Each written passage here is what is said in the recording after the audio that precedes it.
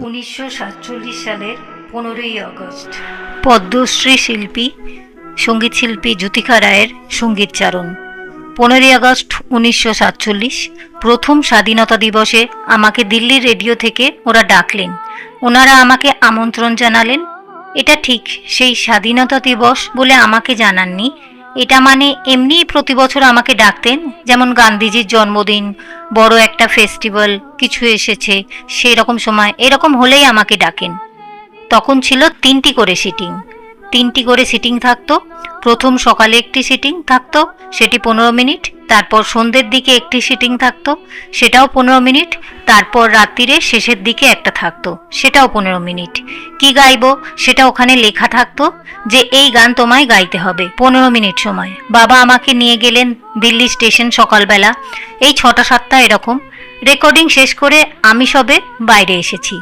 তখন দেখি যে অফিস রুম থেকে একটা অফিসার ছুটতে ছুটতে এসে হন্তদন্ত হয়ে বাবাকে বলছেন, যাবেন না, দাঁড়ান, আমাদের একটি বিশেষ কথা আছে।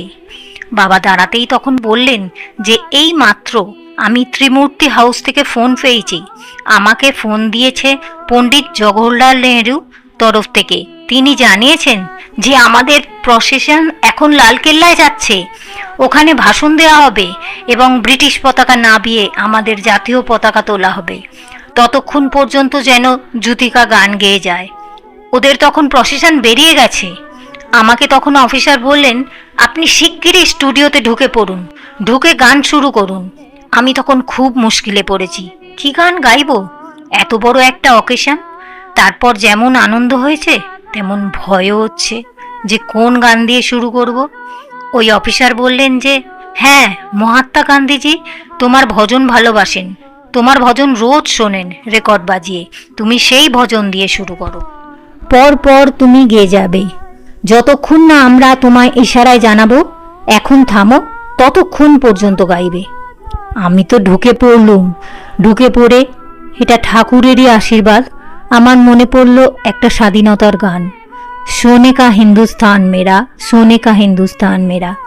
এটা দিয়েই আমি আরম্ভ করেছিলাম। তখন তো রেকর্ড হতো, রেকর্ডে 2টো গান থাকতো। হিন্দুস্তান মেরার অপর পিঠে ছিল ভারত মেরি জন্মভূমি হ্যাঁ।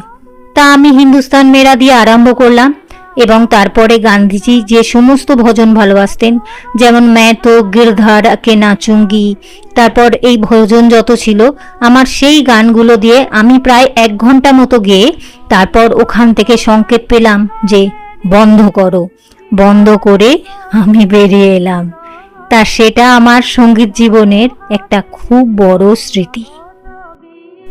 আমাদের প্রথম স্বাধীনতা দিবসের যে অভিজ্ঞতাটি আমি শেয়ার করলাম সেটি আমি পেয়েছি বাংলা উইকিপিডিয়া থেকে, এবং ব্যাকগ্রাউন্ডে যে ভিডিওগুলি দেখলেন সেগুলি আমার আর গৌতমের নেপাল ভ্রমণের ভিডিও। কেমন লাগলো ভিডিওটি অবশ্যই লিখে জানাবেন।